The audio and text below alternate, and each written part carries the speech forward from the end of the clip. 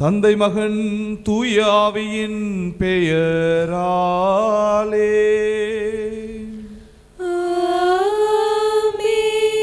நம் ஆண்டவராகிய இயேசு கிறிஸ்துவின் அருளும் கடவுளின் அன்பும் தூய ஆவியின் நட்புறவும் உங்கள் அனைவரோடும் இருப்பதாக.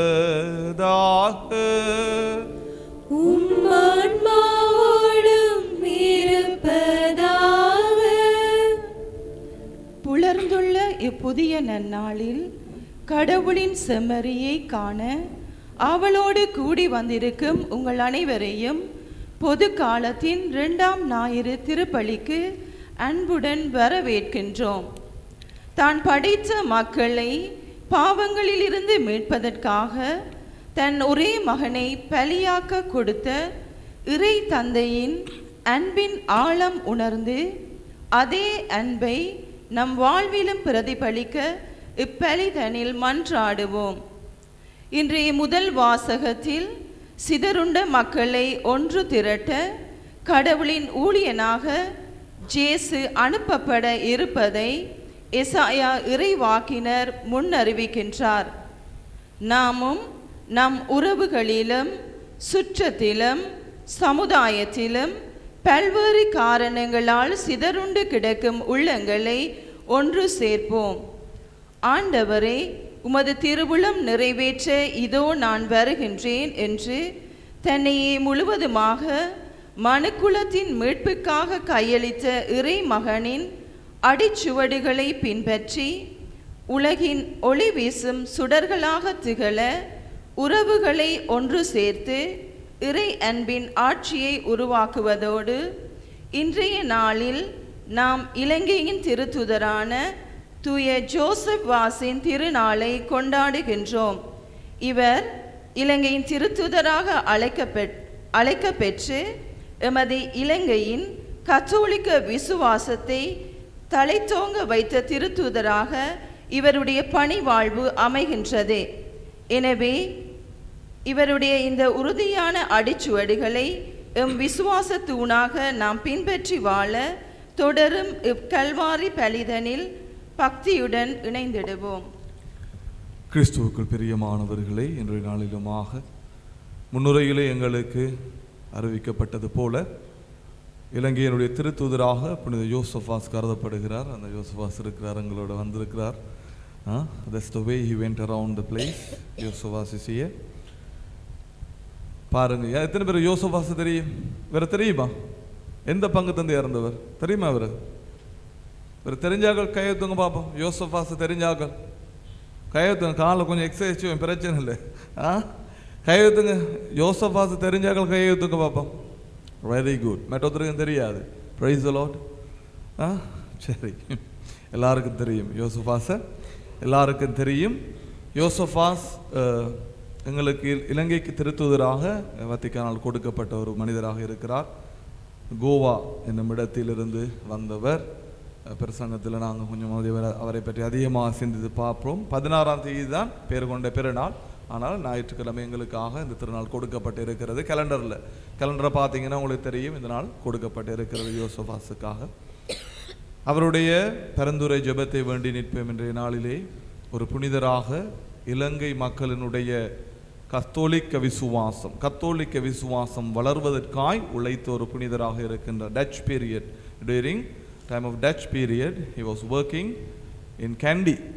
அப்போ அந்த உங்களுக்கு தெரியும், ஒல்லாந்தர்கள் காலத்தில் வந்து போர்ச்சுகீஸ் டச், அந்த காலத்தில் வந்து Dutch church, it's not Catholic church அல்ல, டச் சர்ச். அப்போ இருந்தாலும் கத்தோலிக்க விசுவாசத்தில் மக்களை வளர்க்க வேண்டும் என்று அவர் தன்னை தியாகம் செய்த ஒரு துறவியாக யோசபாஸ் எங்களுக்கு முன்மாதிரியாக நிற்கின்றார்.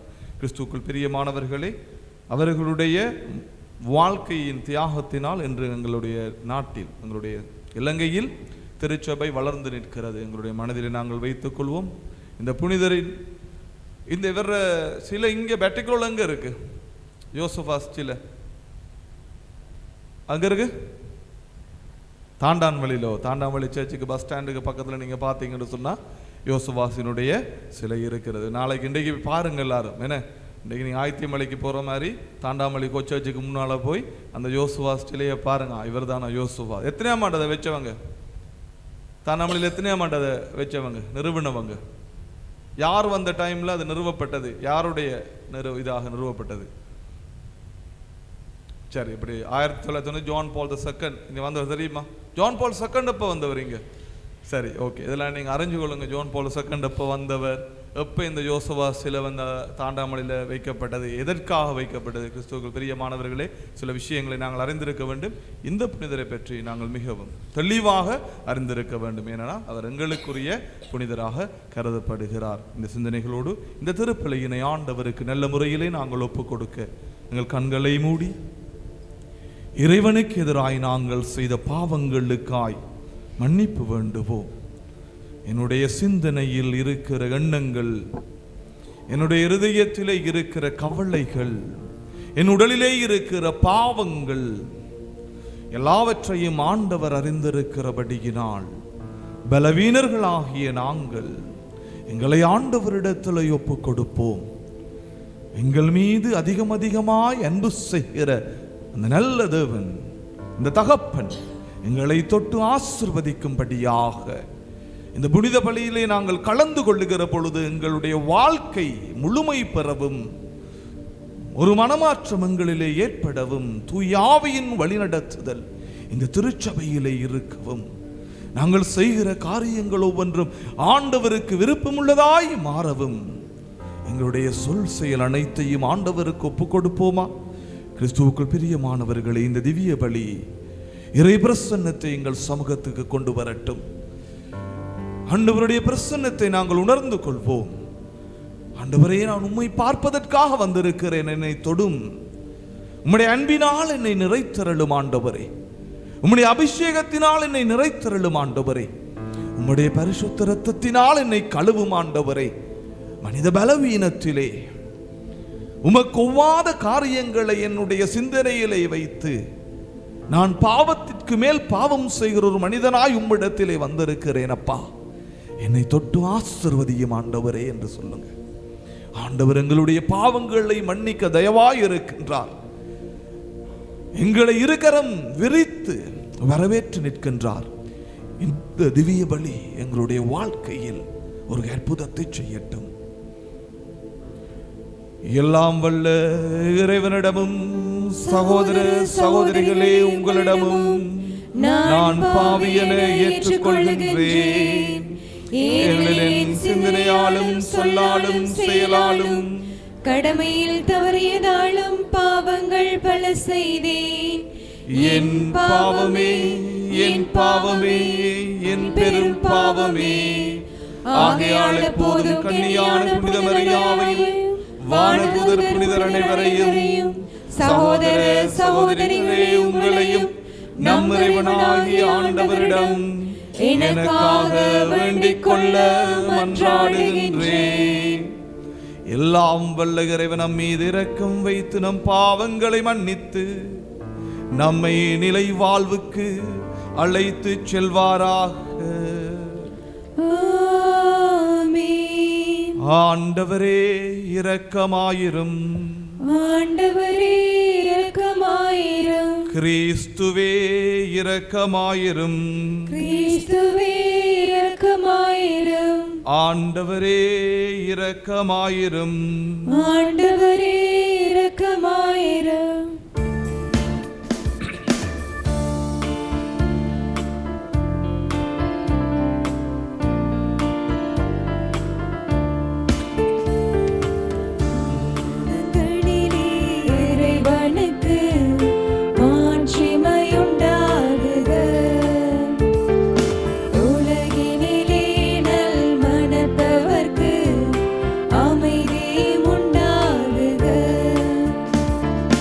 Oh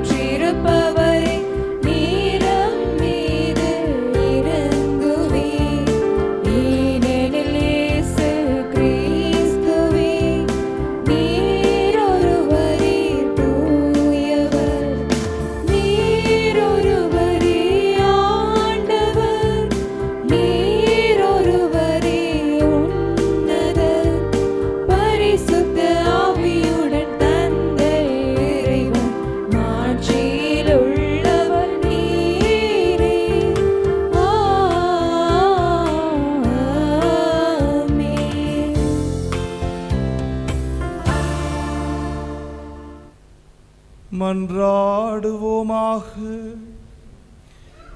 இறைவா, யோசவாஸ் என்னும் புனிதரின் எடுத்துக்காட்டாலும் அருள் பணியாலும் ஆசியாவில் உள்ள உமது திரு அவையை மேன்மையுறச் செய்தீரே. உண்மையின் வார்த்தையால் வரம் பெறச் செய்து வாழ்வளிக்கும் அருளடையாளத்தாலும் ஊழியர் ஊட்டமளித்த மக்களை கண்ணோக்கி அருள உம்மை வேண்டுகின்றோம். அதனால் அவரது பரிந்துரையின் வழியாக அவர்கள் நம்பிக்கையில் தொடர்ந்து வளரவும், நற்செய்திக்கு என்றும் ஆற்றல் மிகு சாட்சிகளாக விளங்கவும் இரக்கமுடன் அருள்வீராக. உம்மோடு தூயாவியின் ஒன்றிப்பில் என்றென்றும் வாழ்ந்து ஆட்சி செய்கின்ற எமது ஆண்டவர் இயேசு கிறிஸ்து வழியாக உம்மை மன்றாடுகின்றோம். ஆமென். உலகம் முழுதும் மீட்பு அடைய உன்னை ஒளியாக ஏற்படுத்தினோம்.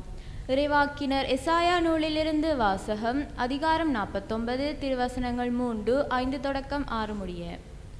ஆண்டவர் என்னிடம், நீயே என் ஊழியன், இஸ்ரேலே உன் வழியாய் நான் மாற்றியுருவேன் என்றார்.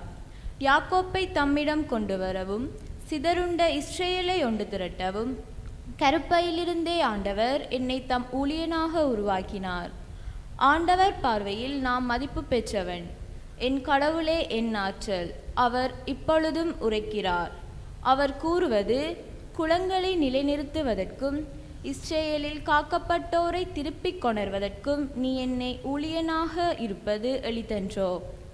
உலகம் முழுவதும் என் மீட்பை அடைவதற்கு நான் உன்னை பிற இனத்தாருக்கு ஒளியாக ஏற்படுத்துவேன். இது ஆண்டவர் வழங்கும் அருள்வாக்கு. இறைவனுக்கு நன்றி. பதிலுரை பாடலுக்கு உங்கள் பல்லவியாக.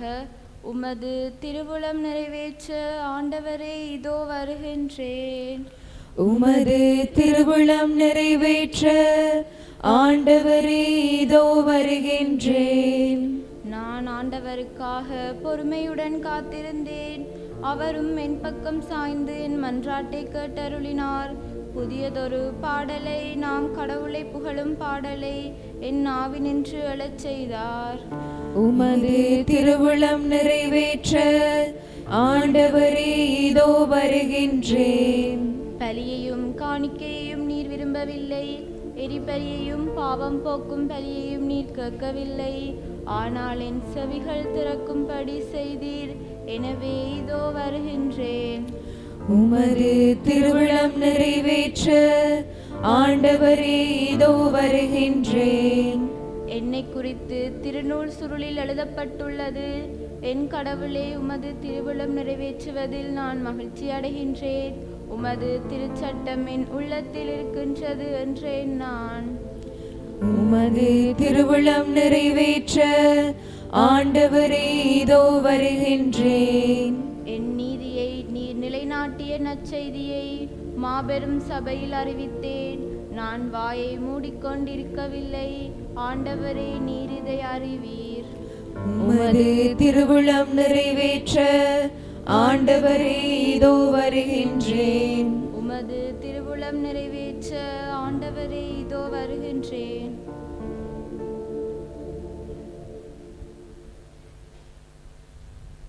இரண்டாம் வாசகம். நம் தந்தையாம் கடவுளிடம் இருந்தும் நம் ஆண்டவராம் இயேசுவிடம் இருந்தும் அருளும் அமைதியும் உரித்தாகுக.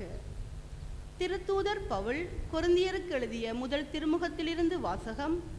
அதிகாரம் 1, திருவசனங்கள் 1 தொடக்கம் 3 முடிய. கொரிந்து நகரிலுள்ள கடவுளின் திருச்சபைக்கு அவர் திருவுளத்தால் கிறிஸ்து இயேசுவின் திருத்தூதனாக அழைக்கப்பட்ட பவுலும் சகோதரராகிய சொஸ்தேனும் எழுதுவது. இயேசு கிறிஸ்துவோடு இணைக்கப்பெற்று தூயோராக்கப்பட்டு இறை மக்களாக இருக்க அழைக்கப்பட்டுள்ள உங்களுக்கும் எல்லா இடங்களிலும் நம் ஆண்டவர் இயேசு கிறிஸ்துவை அறிக்கையிடும் யாவருக்கும் நம் தந்தையாம் கடவுளிடம் இருந்தும் ஆண்டவர் இயேசு கிறிஸ்துவிடம் இருந்தும் அருளும் அமைதியும் உரித்தாகுக. இயேசு கிறிஸ்து நமக்கு மட்டுமல்ல, அனைவருக்கும் ஆண்டவர். இது ஆண்டவர் வழங்கும் அருள்வாக்கு.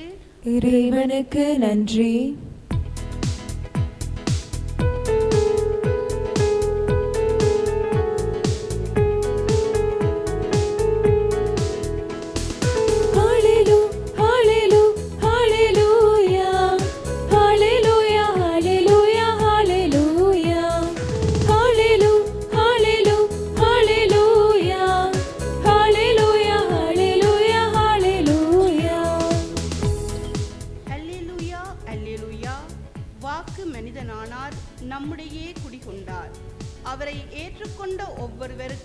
அவர் கடவுளின் பிள்ளைகள் ஆகும் உரிமையை அளித்துள்ளார். அல்லேலூயா.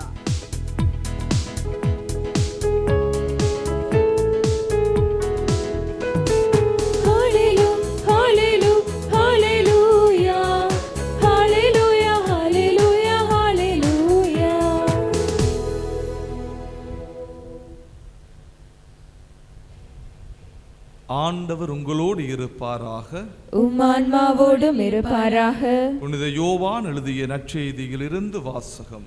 ஆண்டவரே, மாட்சி உமக்கே.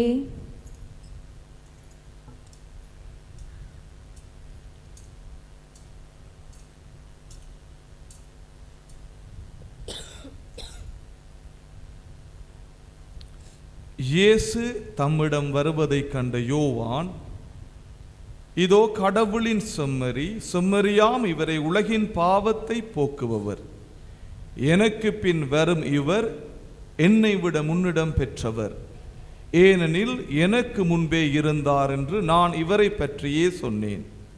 இவர் யார் என்று எனக்கு தெரியாதிருந்தது, ஆனால் இஸ்ராயல் மக்களுக்கு இவரை வெளிப்படுத்தும் பொருட்டே நான் வந்துள்ளேன். தண்ணீரால் திருமுழுக்கு கொடுத்தும் வருகிறேன் என்றார். தொடர்ந்து யோவான் சான்றாக கூறியது, தூய ஆவி புறாவை போல வானிலிருந்து இறங்கிவர் மீது இருந்ததை கண்டேன்.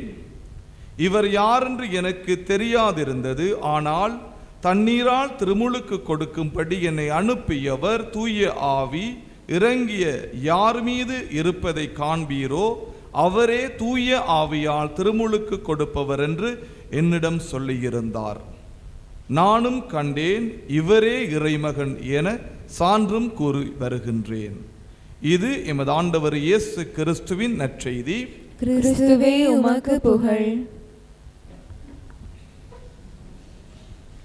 பிரியமானவர்களே, வளமையாக நான் பிரசங்கம் வைக்கணும், துண்டெடுக்கிறது இல்லை.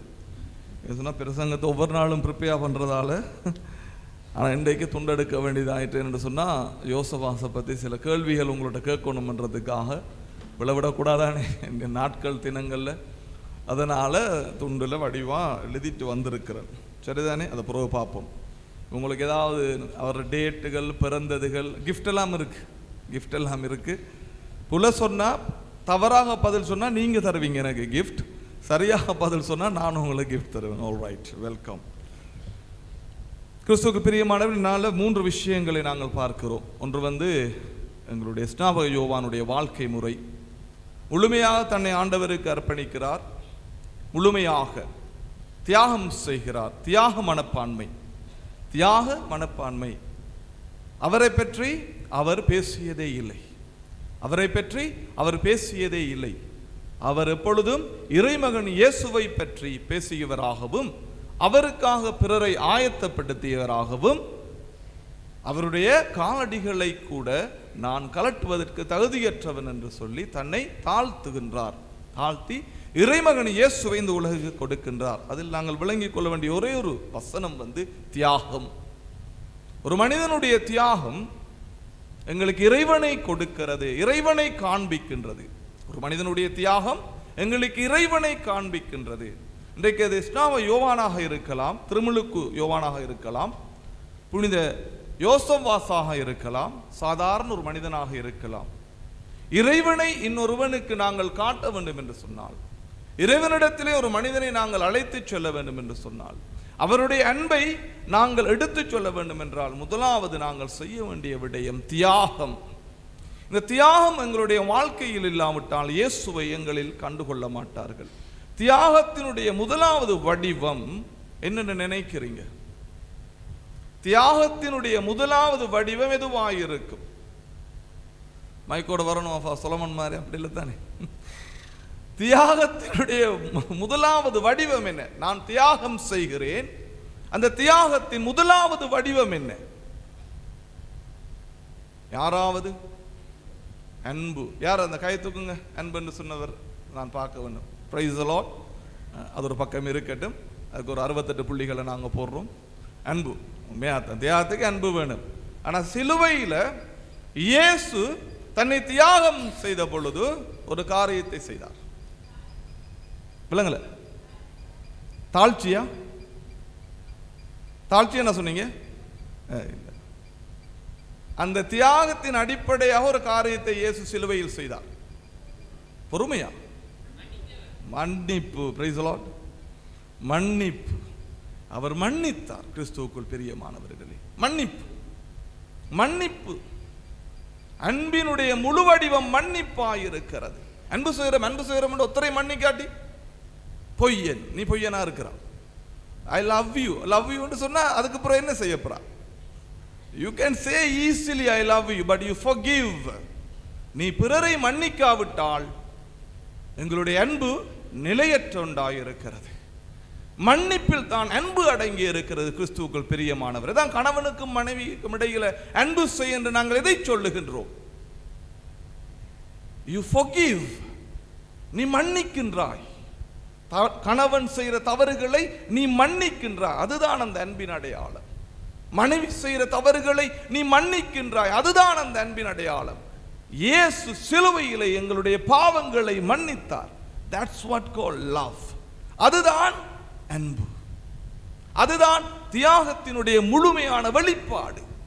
அந்த மன்னிப்பு இல்லாவிட்டால் எங்களுடைய திருச்சபையிலே நாங்கள் சொல்லுகிற இந்த sacrifice, தியாகம், இந்த அன்பு, இந்த பொறுமை, இவைகளுக்கு எந்த விதமான ஒரு அர்த்தமும் இல்லை. எந்த விதமான ஒரு அர்த்தமும் இல்லை. உனக்கு எதிராய் யாராவது பாவம் செய்திருந்தால் 7 தரம் அல்ல 70 தரம் அவனை மன்னித்து விடு. நீ திருச்சபைக்கு வருகிற பொழுது உன் மனதிலேயோ உன் சிந்தையிலேயோ உன்னுடைய சகோதரனோ சகோதரியோடு நீ மனம் வெறுப்போடு இருந்தால் நீ திருப்பலியை அங்கு விட்டுவிட்டு, திருப்பலியை விட்டு நீ கொண்டு வந்த காணிக்கையையும் விட்டு, அதெல்லாம் முக்கியம் இல்லை, நீ பூசைக்கே நிற்க வேணாம், போய் உன் சகோதரனோடு ஒப்புரவாகி வா. மன்னிப்பு. நாங்கள் எவ்வளவுதான் சொன்னாலும் எவ்வளவுதான் ஜெபித்தாலும் என்னுடைய மனதிலே இன்னொரு மனிதன் மீது வெறுப்போடு அவனை மன்னிக்காமல் நாங்கள் இந்த இடத்திலே இருந்தால் எங்களால் திவ்யனற்கனை எடுப்பதற்கு நாங்கள் தகுதியற்ற மனிதர்களாக இருக்கிறோம். கிறிஸ்துவுக்குள் பிரியமானவர்களே, புரியுதா? நீங்க என்னதான் நாங்க சொன்னாலும் என்னுடைய மனதிலே என்னுடைய சகோதரத்தோடோ என்னுடைய நண்பனோடோ என் அயலவனோடோ என் உறவுகளோடோ ஒரு வெறுப்பு பாராட்டி அவர்கள் செய்ததை இறையேசுவுக்காக என்னால் மன்னிக்க முடியவில்லை என்று சொன்னால் இந்த இடத்திலே எங்களுடைய திருவழிபாடு, இந்த திருப்பலி பூசை அர்த்தமில்லாத ஒன்றாக இருக்கும். மன்னிப்பதின் மூலமாகத்தான் நாங்கள் அன்பை வெளிப்படுத்த முடியும். அதனால தான் நீங்க இன்றைக்கு பரலோகத்துக்கு சொல்லுவீங்க, என்ன விண்ணகத்தில் இருக்கிறவங்க என்ன சொல்றேன், நீ அடுத்தவரின் பாவங்களை மன்னிப்பது போல நான் உன்னுடைய பாவங்களை மன்னிக்கின்றேன். எங்களுடைய வாழ்க்கையில பிரச்சனை வரும், கருத்து வேறுபாடுகள் வரும், அறிந்தும் செய்வோம் அறியாமலும் செய்வோம். ஆண்டவருக்கு தெரியும், சூரியன் அஸ்தமனம், சூரியன் மறைவதற்கு முன்னால் மன்னித்து விடு. நீ படுக்கைக்கு போகும் பொழுது உன் இருதயத்திலே யாரோடும் வெறுப்போடு நீ தூங்க சொல்லக்கூடாது. இதுதான் கிறிஸ்தவ புண்ணியமாக இருக்கிறது. இதுதான் அந்த தியாகத்தினுடைய அடையாளமாக இருக்கிறது. இதுதான் அன்பின் வடிவமாக இருக்கிறது. மன்னிப்பு. மன்னிக்க தெரியாவிட்டால் எங்களுடைய கிறிஸ்தவ வாழ்க்கையில் எந்த விதமான தியாகமும் எங்களால் செய்ய முடியாது. அதைத்தான் இயேசு சிலுவையில் வடிவா சொன்னார். ஆண்டவரே, இவர்கள் அறியாமல் செய்கிறார்கள், இவர்களை மன்னி. மனிதனுக்கு உளவியலினால் ஏற்படுகிற தாக்கத்தினால் இன்னொரு மனிதனை குறை கதைப்பதிலே தவறை சுட்டி காட்டுவது வேறு, குறை கதைப்பது வேறு. தவறை சுட்டி காட்டுவது வேறு, குறை கதைப்பது வேறு. தவறை சுட்டி காட்டினாலும் குறை கதைத்தாலும் எங்களுக்கென்ற சில நிமிடங்கள் கொடுக்கப்படுகிறது. திருப்பள்ளி பூசையிலே எங்களுக்கென சில நிமிடங்கள் கொடுக்கப்படுகிறது. எங்களுக்கென திருவருட்சாதனங்கள் கொடுக்கப்பட்ட பாவ சங்கீர்த்தனம், எங்களுக்கென திருப்பள்ளி பூசையில் ஆண்டவரை இரக்கமாயிரும், என் பாவங்களை மன்னியும் என்று சொல்லி நாங்கள் ஜெபிக்கிறோம். அந்த நேரத்தில் நாங்கள் பிறருக்கு எதிராக செய்த பாவத்தை தான் நாங்கள் மனதுக்கு கொண்டு வர வேண்டும். ஆண்டவரே, நான் விட்ட தவறு என்ன? என்னை முழுமையாக மாற்றும் ஆண்டவர். என்னுடைய பலவீனத்திலே நான் தவறு செய்து விட்டேன், இன்னொரு மனிதனுடைய உள்ளத்தை புண்படுத்தி விட்டேன், என்னை மன்னியும். யாரா இருந்தாலும் சரிதான், அது சின்ன பிள்ளையாக இருக்கலாம், குருவானவராக இருக்கலாம், ஒரு சகோதரியாக இருக்கலாம். நாங்கள் யார் மனதை புண்படுத்தி இருந்தால் அறிந்தும் அறியாமலும் அவர்களோடு போய் நாங்கள் ஒப்புரவாக வேண்டும். அதுதான் கிறிஸ்துவ புண்ணியம். அவ வரட்டும், இவங்க வரட்டும், நானேன் போகணும், அதெல்லாம் சரி வராது. அதெல்லாம் சரி வராது. இந்த உயிரும் உடலும் இந்த வாழ்க்கையும் எனக்கு இறைவனால் கொடுக்கப்பட்டது. மன்னிப்பை நாங்கள் மறந்துவிட்டால் எங்களுடைய திருச்சபை வாழ்க்கையிலே எந்த விதமான பிரயோசனமும் இல்லை.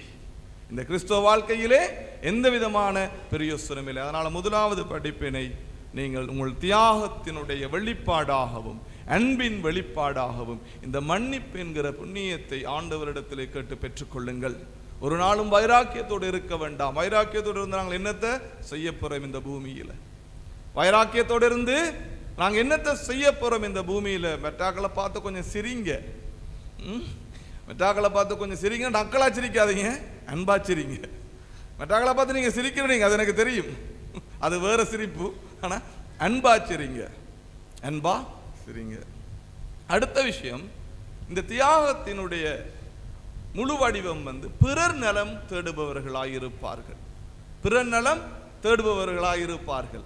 எனக்கு ஒரு ஆள் அட்வைஸ் பண்ணார், ஃபாதர் ஒரே பைபிளை மட்டும் சொல்லி கொண்டு இருக்காதீங்க, ஒரே பைபிளை மட்டும் சொல்லி கொண்டு இருக்காதீங்க, பல கதைகளையும் சொல்லுங்கிற மக்களுக்கு. அப்ப நாம ஓகே கதைகளை சொல்லுவோம், அது வாழ்க்கையில உண்மையாகவே நடந்த கதைகளாக இருக்க வேண்டும் என்று.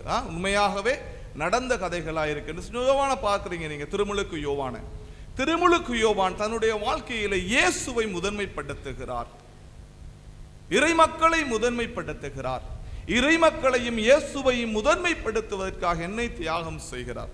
உங்களை நான் உளவியல் மேங்களூர் யூனிவர்சிட்டியில் படிக்கிறேன், செகண்ட் இயர் தேர்ட் இயர்.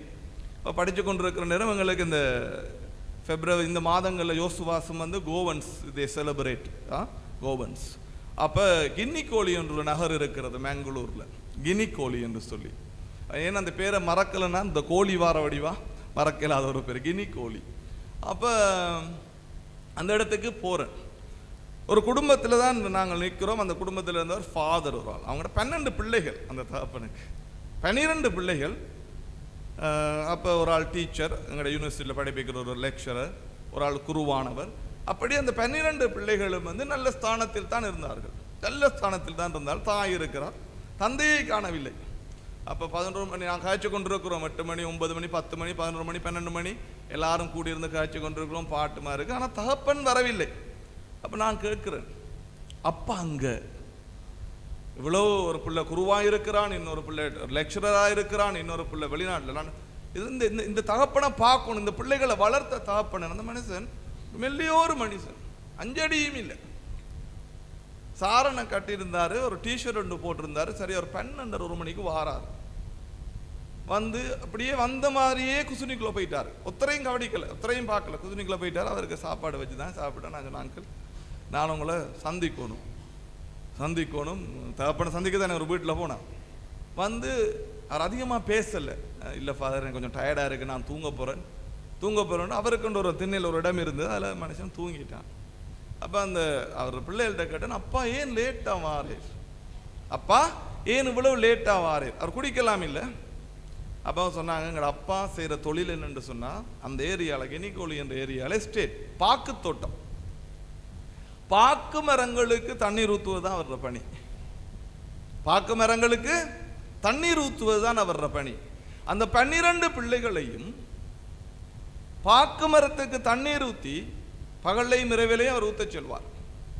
ஊற்றி தான் அந்த மனுஷன் வளர்க்கிறான். ஆனால் அவரை யாருக்கும் தெரியாது,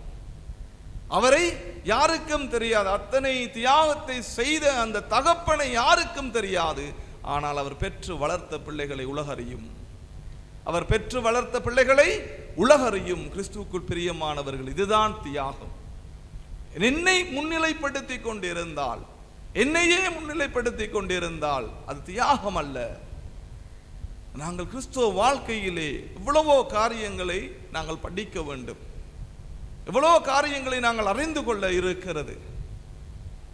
மேலோட்டமான ஒரு கிறிஸ்தவ வாழ்க்கையாகவும் எந்த விதமான விசுவாசத்திலே ஆழமில்லாத மனிதர்களாக நாங்கள் வாழ்ந்து கொண்டிருந்தால் ஆண்டவருடைய அன்பை ஒருபோதும் சுவைக்க முடியாது. அந்த மனிதன் தன்னை முழுமையாய் தியாகம் செய்ததினால் தன்னுடைய பிள்ளைகள் 12 பிள்ளைகள் நல்லிடத்தில் இருந்தார்கள்.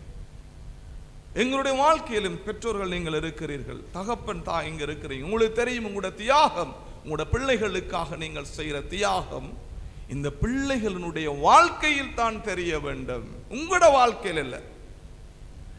நீ செய்கிற தியாகம் உன்னுடைய பிள்ளையினுடைய வாழ்க்கையில் தெரிய. உன் பிள்ளை ஒரு டாக்டராக, ஒரு என்ஜினியராக, நல்ல ஒரு இடத்திற்கு வருகிற நேரம், ஒரு குருவாக, ஒரு சிஸ்டராக வார நேரம், அந்த பிள்ளையினுடைய வளர்ச்சியிலும் மேன்மையிலும் நீ மகிழ்கிற பொழுதுதான் உன்னுடைய தியாகத்தினுடைய பலன் இருக்கிறது. சில தடவைகளிலே பெற்றோராகி நாங்கள் எங்களைத்தான் முன்வைத்துக் கொண்டிருக்கிறோம். அதான் சொல்ற பிள்ளைகள். இப்ப பாருங்க, எங்கட இந்த சமுதாயத்தில் நீங்க பாருங்க, 18-16 வயசுலேயே ட்ரக் அடிக்ட்ஸ், பூசைக்கு வாரது இல்லை. கத்தோலிக்க பிள்ளைகள் மம்மிமார் அம்மாமார் எவ்வளவுதான் சொன்னாலும் பூசைக்கு வரும். 16-17 வயசு சொன்னா அவங்க என்னதான் நினைக்கிறாங்களோ எனக்கு என்ன தெரியாது. ஆண்டவரை தேடாத பிள்ளைகளை நாங்கள் வளர்த்திருக்கிறோம். ஆண்டவரை தேடாத பிள்ளைகளை, சிறுவர்கள் என்றால் ஓகே, சின்னாக்கள் அவங்க it's okay, they will learn. But 16-17 வயசுள்ள ஒரு பொம்பளை பிள்ளையா இருக்கலாம், ஆம்பளை பிள்ளையாக இருக்கலாம், அந்த பிள்ளைக்கு திருப்பலியினுடைய மகத்துவமும் உண்மையும் தெரியவில்லை என்றால் தாய் தகப்பனை தான் குற்றம் சொல்லணும். 5 வளையாது 50 வளையாது. அந்த பிள்ளைங்க நாங்கள் எப்படியாவது நாங்கள் கைவிடல. அந்த பிள்ளைய ஃபாதர் என்ன சொன்னாலும் கேட்கிறான் இல்லை, உண்ட பிள்ளை நீ சொல்லியே கேட்கான் இல்லை, நாங்கள் சொல்லி கேட்பானா? அதனால இது ஒரு மிகவும் ஒரு வருத்தத்துக்குரிய ஒரு விடயம், வேதனைக்குரிய விடயம். எங்களுடைய பிள்ளைகள் இந்த திருச்சபையினுடைய விசுவாசத்தை விட்டு விலகிச் செல்வது. அதனால பெற்றோர்களே கொஞ்சம் கவனம் எடுங்க.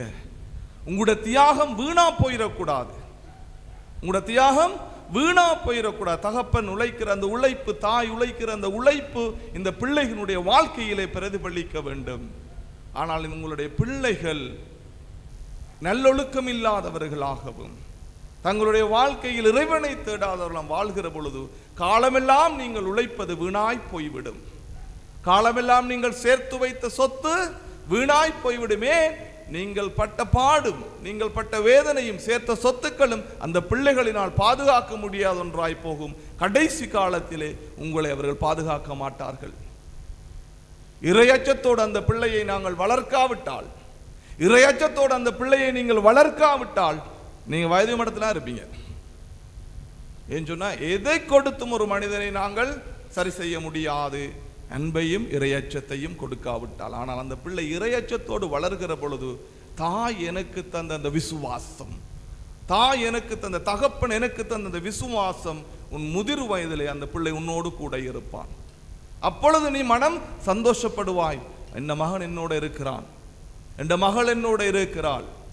அதனால நீங்க எது என்ன செய்வீங்களோ எனக்கு தெரியாது. வீட்டில் பிள்ளைகள் பூசைக்கு வராமல் இருந்தா தயவு செய்து காலை பிடிச்சா சொல்லுங்க, பூசைக்கு போ, கடவுளை தேடு. இது 2வது விஷயம். 3வது, புனிதரை பற்றி சில கேள்விகளை நான் கேட்க இருக்கின்றேன். 1வது கேள்வி, எப்பொழுது எத்தனையாம் ஆண்டு ஜோசப் வாஸ் பிறந்தார்? ஆண்டு டேட் எல்லாம் தேவையில்லை. எத்தனையாம் ஆண்டு யோசப் வாஸ் பிறந்தார்? Any guess? சரி, வெரி குட். சொல்லுமா. 1551. கிட்ட வந்துட்டா அவனுக்கு ஒரு கையை தட்டி விடுங்க பிள்ளைக்கு. சரி, I will note you. I will note you. எப்பொழுது யோசப் வாஸ் இறந்தார்? இது எல்லாருக்கும் தெரியணும். Very good. மூலவன் இருக்கிறான்டா இங்க. 16ஆம் தேதி ஜனவரி மாசம். எத்தனையாம் ஆண்டு?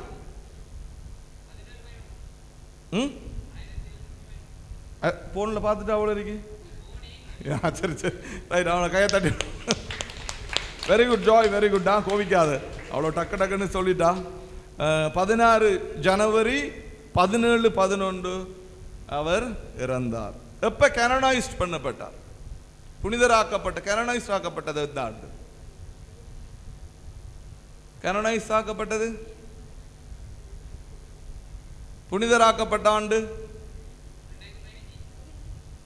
எத்தனையாம் தேதி? Very good. So, Joy, you come. உனக்கு ஒரு gift. ஸோ 2 விடைகளையும் சரியாக சொல்லி come I have a great gift for you.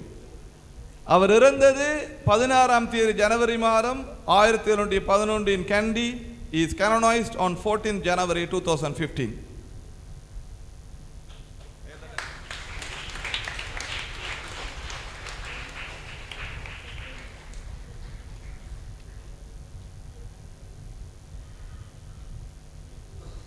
கிறிஸ்துவுக்கு பிரியமானவர்கள், நான் ஏன் இதை செஞ்சேன்னு சொன்னால், யோசபாஸை பற்றி நாங்கள் எல்லாரும் அறிஞ்சிருக்கணும். அவர் எங்களுடைய புனிதர். அவரை பற்றிய வரலாறு நாங்கள் அறிய ஒன்றாக இருக்க வேண்டும். சரிதானே? 2 விஷயங்களை இந்த சாராம்சத்தை நான் சொல்லி முடிச்சிடுறேன். We don't need to get distracted by all these things. முதலாவது, அன்பின் அடையாளமும் தியாகத்தின் அடையாளமும் மன்னிப்பாய் இருக்கிறது. 2வது, உன்னுடைய தியாகம் உன்னுடைய பிள்ளையினுடைய வாழ்விலே காணப்பட வேண்டும். நாங்கள் செய்கிற தியாகம் எங்களுடைய பிள்ளைகளுடைய வாழ்விலே காணப்பட வேண்டும். ஆமீன். எழுந்து நின்று எங்களுடைய விசுவாச அறிக்கையை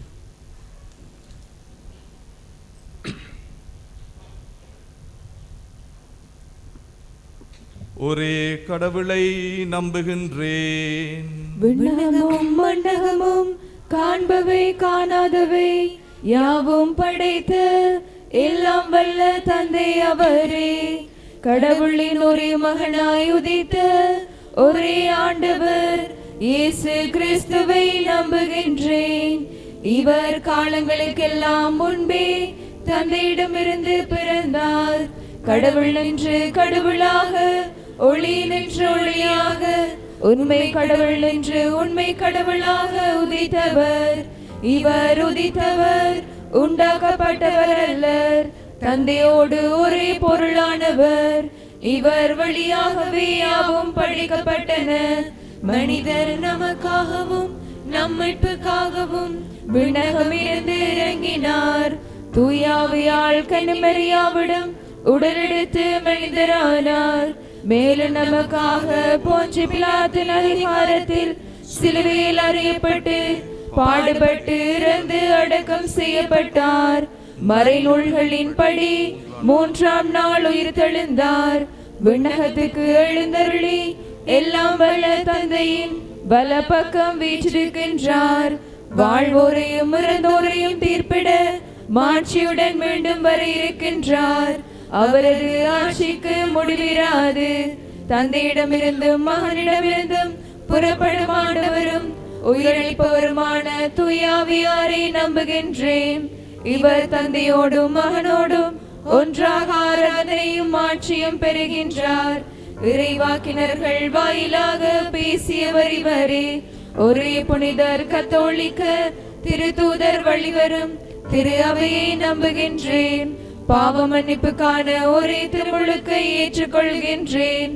இறந்தோரின் உயிர்ப்பையும் வரவிருக்கும் மறுவுலக வாழ்வையும் எதிர்பார்த்திருக்கின்றேன். ஆமென். எங்களுடைய மன்றாட்டுக்களை ஆண்டவருக்கு சமர்ப்பிப்போம்.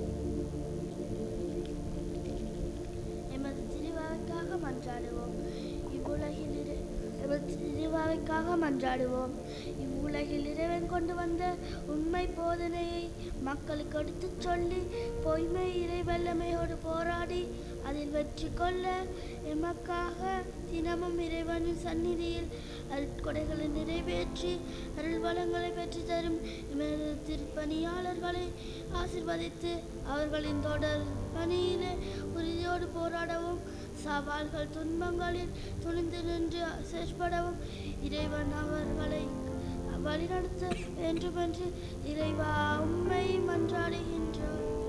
ஆண்டவரே, எங்கள் மன்றாட்டை கேட்டருளும்.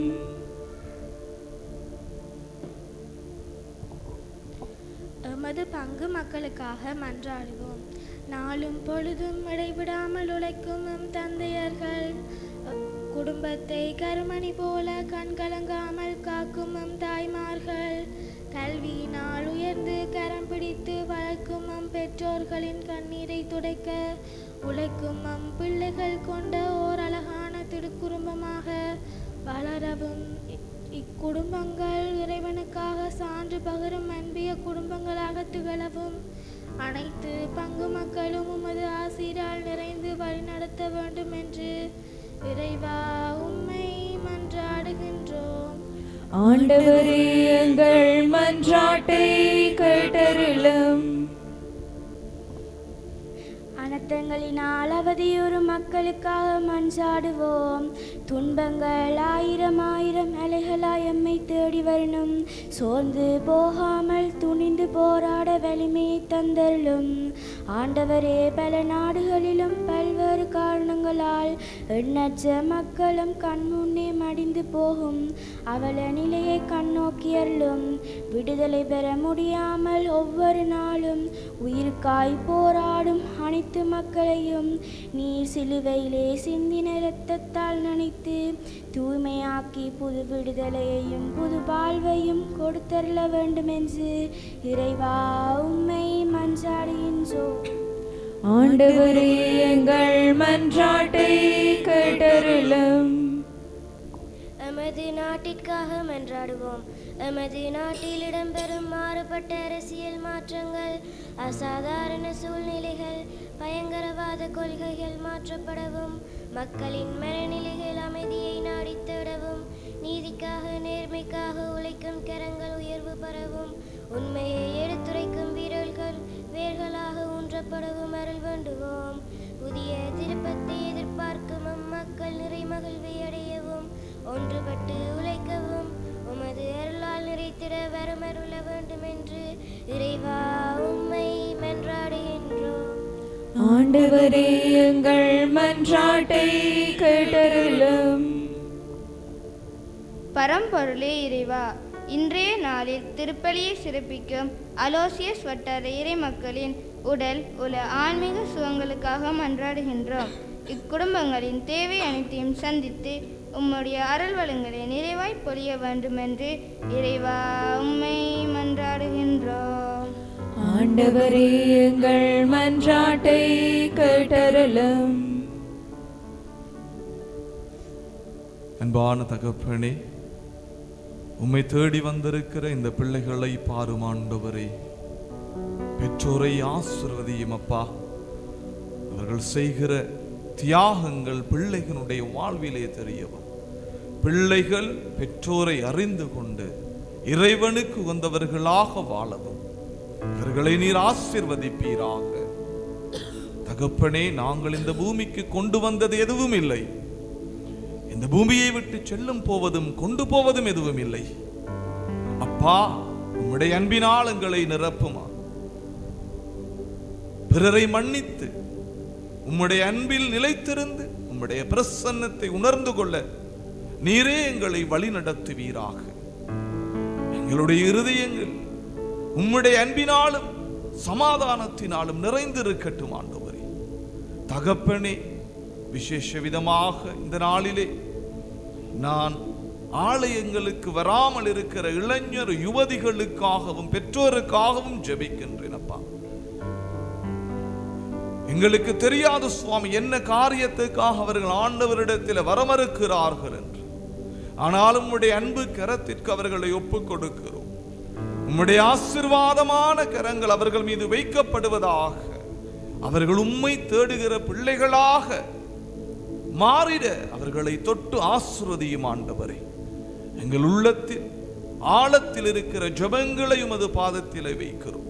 உம்முடைய சித்தத்திற்கேற்ப அவைகள் நிறைவேறட்டும். எல்லா ஜெபங்களையும் எங்கள் ஆண்டவர் இயேசுவின் நாமத்திலே வேண்டி நிற்கிறோம் எங்கள் ஜீவனுள்ள நல்ல பிதாவே, ஆமென். என்னை மறவாமல் நீ அன்பு செய்தாய், உனக்கென்ன கைமாறி நான் செய்வேன். என்னை மறவாமல் நீ அன்பு செய்தாய், உனக்கென்ன கைமாறி நான் செய்வேன். காற்றும் நீ, கடலும் நீ, கருணை நீ, கனிவும் நீ,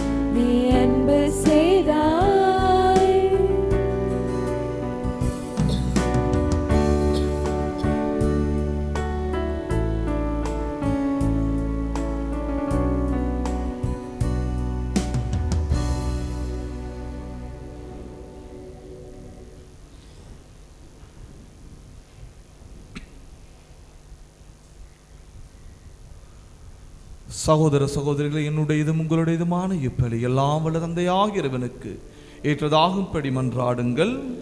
ஆண்டவர் தமது பேரின் புகழ்ச்சிக்காகவும் மாட்சிக்காகவும் நமது நன்மைக்காகவும் புனித திரு அவை அனைத்து நலனுக்காகவும் உமது கையிலிருந்து பலியை ஏற்றுக்கொள்வாராக.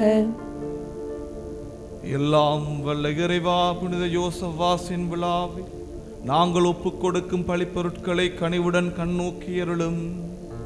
இவ்வாறு ஆண்டவருடைய பாடுகளின் மறை நிகழ்வுகளை கொண்டாடும் நாங்கள் அதற்கு ஏற்றவாறு வாழ வரமருள்வீராக. எங்கள் ஆண்டவராகிய இயேசு கிறிஸ்து வழியாக உம்மை மன்றாடுகின்றோம். ஆண்டவர் உங்களோடு இருப்பாராக. உம்மான்மாவோடும் இருப்பாராக. இதயங்களை மேலே எழுப்புங்கள். ஆண்டவரிடம் எழுப்பியுள்ளோம். நம் இறைவனாகிய ஆண்டவருக்கு நன்றி கூறுவோம். அது தகுதியும் நீதியுமானது. தூயவரான தந்தையை, உன் அன்பார்ந்த மகன் இயேசு கிறிஸ்து வழியாக இந்நாளும் இவ்விடத்திலும் நாங்கள் உமக்கு நன்றி செலுத்துவது மெய்யாகவே தகுதியும் நீதியுமாகும், எங்கள் கடமையும் மீட்புக்குரிய செயலுமாகும். உம் வார்த்தையானவர் வழியாக அனைத்தையும் படைத்தீர். அவரையே மீட்பராகவும் ஈடேற்பராகவும் எங்களுக்கு அனுப்பினீர். அவர் தூயாவியால் உடலெடுத்து கன்னிமரியாவிடமிருந்து பிறந்தார். அவர் உமது திருவுளத்தை நிறைவேற்றி புனித மக்களை உமக்கு பெற்றுத்தர தம் கைகளை விரித்து பாடுபட்டார். இவ்வாறு அவர் சாவை வென்று உயிர்ப்பை வெளிப்படுத்தினார். ஆகவே வானதூதரோடும் புனிதர் அனைவரோடும் சேர்ந்து நாங்கள் உமது மாட்சியை புகழ்ந்துரைத்து ஒரே குரலாய் சொல்லுவதாவது: தூயவர் தூயவர் தூயவர், வான்படைகளின் கடவுளாம் ஆண்டவர். விண்ணகமும் மண்ணகமும் உமது மாட்சியால் நிறைந்துள்ளன. உன்னதங்களிலே ஹோசானா. ஆண்டவர் பேரால் வருகிறவர் ஆசீர் பெற்றவர். உன்னதங்களிலே ஹோசானா. ஆண்டவரே, நீர் மெய்யாகவே தூயவர், தூய்மை அனைத்திற்கு முற்று. ஆகவே உம்முடைய தூய ஆவியை பொழிந்து காணிக்கைகளை தூய்மைப்படுத்த உம்மை வேண்டுகின்றோம். இவ்வாறு எங்கள் ஆண்டவர் இயேசு கிறிஸ்துவின் உடலும் இரத்தமுமாக இவை எங்களுக்கு மாறுவனவாக. அவர் பாடுபடுளம் கணிந்து தம்மை கையளித்த போது அப்பத்தை எடுத்து நன்றி செலுத்தி அதை பிட்டு தம் சீடர்களுக்கு அளித்து கூறியதாவது: அனைவரும் இதிலிருந்து பெற்று பருகுங்கள், பெற்று உண்ணுங்கள். ஏனெனில் இது உங்களுக்காக கையளிக்கப்படும் என் உடல்.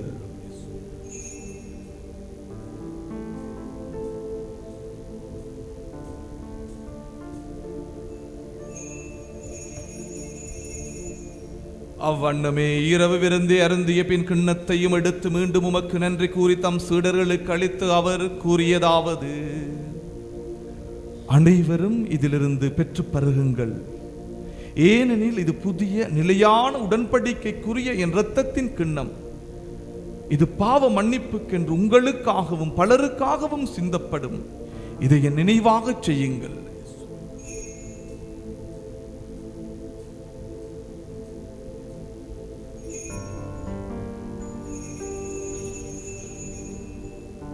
எமது நம்பிக்கையின் மறைபொருள்: ஆண்டவரே, நீர் வருமளவும் உமது இறப்பினை அறிக்கையிடுகின்றோம், உமது உயிர்ப்பினையும் எடுத்துரைக்கின்றோம். ஆகவே ஆண்டவரே, நாங்கள் கிறிஸ்துவின் இறப்பினையும் உயிர்ப்பினை நினைவு கூர்ந்து வாழ்வு தரும் அப்பத்தையும் மீட்பளிக்கும் கிண்ணத்தையும் உமக்கு ஒப்புக் கொடுக்கின்றோம். உம் திருமுன் நின்று உமக்கு ஊழியம் புரிய தகுந்தவர்கள் என எங்களை ஏற்றுக்கொண்டீர். எனவே உமக்கு நன்றி செலுத்துகின்றோம். மேலும் கிறிஸ்துவின் உடலிலும் இரத்தத்திலும் பங்கு கொள்ளும் எங்களை தூய ஆவியார் ஒன்று சேர்க்க வேண்டுமென உம்மை தாழ்மையுடன் மன்றாடுகின்றோம். ஆண்டவரை உலகெங்கும் பரவி இருக்கும் திரு அவையை நினைவு கூர்ந்தருளும். எங்கள் திருத்தந்தை 14ஆம் லியோ, எங்கள் அப்போஸ்தலிக்க பரிபாலகர் என்டன் ரஞ்சித் ஆண்டகை, எல்லா திருநிலையினர் ஆகிய அனைவரோடும் திரு அவை அன்பில் நிறைவு பெறச் செய்தருளும். மேலும் உயிர்த்தெழும் எதிர்நோக்குடன் துயில் கொள்ளும் எங்கள் சகோதர சகோதரிகளையும் இறந்தோர் அனைவரையும் இரக்கத்துடன் நினைவு கூர்ந்து உமது திருமுக ஒளியினுள் ஏற்றருளும். எங்கள் அனைவர் மீதும் இரக்கமாயிரும். கடவுளின் கன்னித்தாயான புனித மரியா, அவருடைய கணவரான புனித யோசேப்பு, புனித திருத்தூதர்கள், இவ்வுலகில் உமக்கு உகந்தவராயிருந்தார் புனிதர் அனைவருடனும் விசேஷ விதமாக புனித யோசப்பாஸ் உடன் நாங்கள் நிலை வாழ்வில் பங்கு கொள்ளும் தகுதி பெற்று திருமகன் இயேசு கிறிஸ்து வழியாக உம்மை புகழ்ந்தேத்தும் வரமருள மன்றாடுகின்றோம்.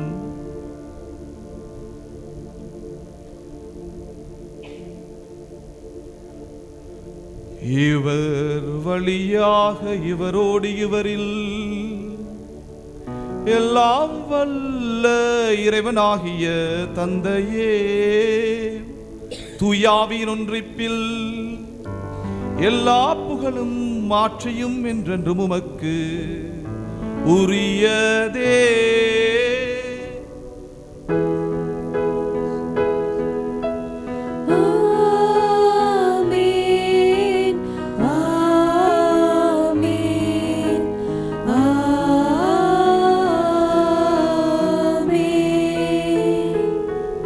ஆண்டவர் இயேசு கிறிஸ்து மாற்றியும் என்றென்றும் உமது குமரிவனின் சமரியே எங்கள் மேல் இரக்கமாயிரும்.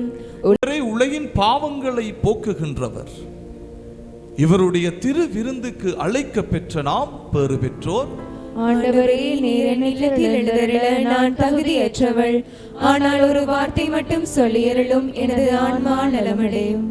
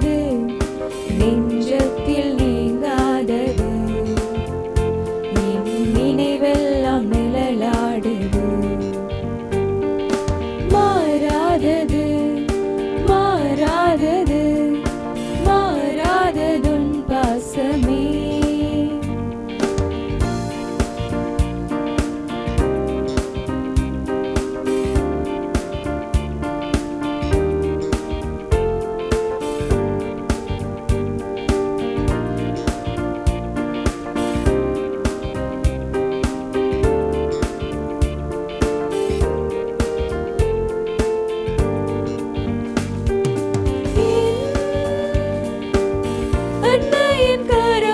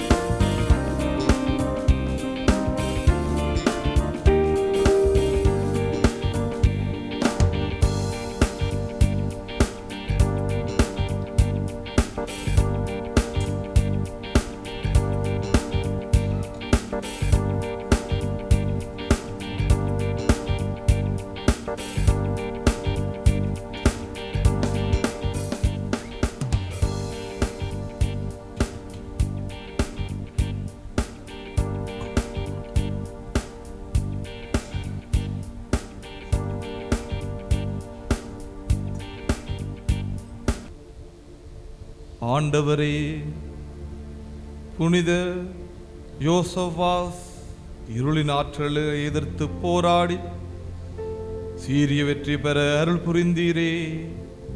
நலம் தருமது அருளடையாளத்தால் ஊற்றம் பெற்ற நாங்கள் பகைவனின் அனைத்து சூழ்ச்சிகளையும் என்றுமே மேற்கொள்ள அருள்வீராக. எங்கள் ஆண்டவர் இயேசு கிறிஸ்து வழியாக உம்மை மன்றாடுகின்றோம். ஆமென்.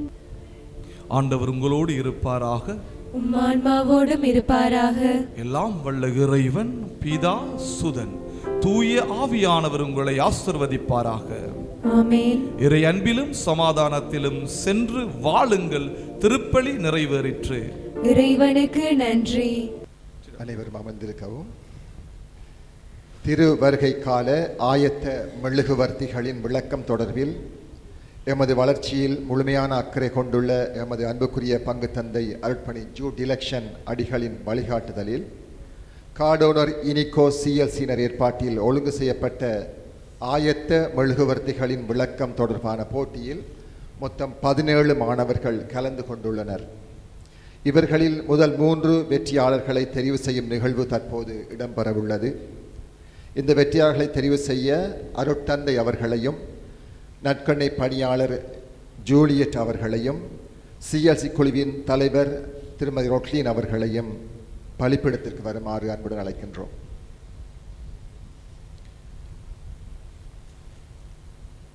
முதலாவது நான் எடுக்கிறேன்னா எல்லாரும் மண்டாட.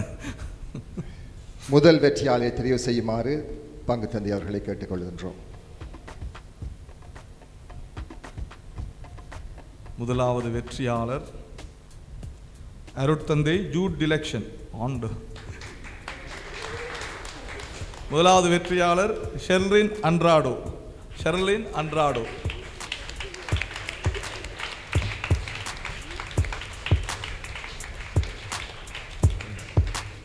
முதல் பரிசினை வழங்கி வைக்குமாறு பங்கு தந்தை அவர்களை கேட்டுக்கொள்கின்றோம். இரண்டாவது வெற்றியாளர் லிதிஷா. லிதிஷா பி லிதிஷா இருக்கிறீங்க அமல்? Okay, Lithisha come.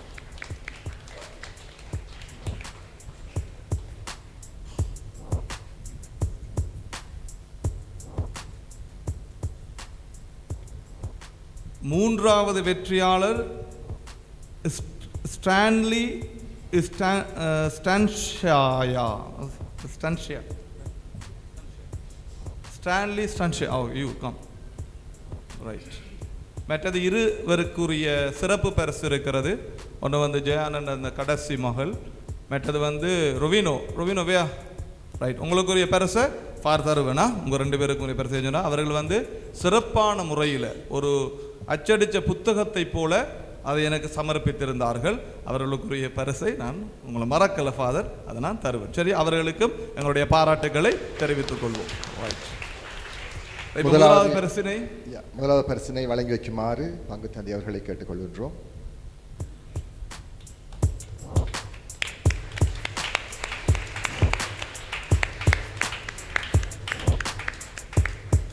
இரண்டாவது பரிசினை வழங்கி வைக்குமாறு நற்கருணை பணியாளர் ஜூலியட் அவர்களை கேட்டுக்கொள்கின்றோம்.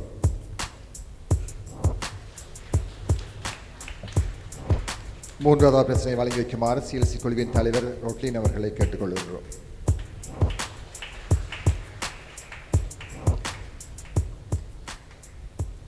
பரிசுகள் பெறாவிட்டாலும் இந்த போட்டியில் ஆர்வமுடன் கலந்து கொண்ட அனைத்து மாணவர்களுக்கும் நமது மனமார்ந்த நன்றிகளை தெரிவித்துக் கொள்கின்றோம். நன்றி.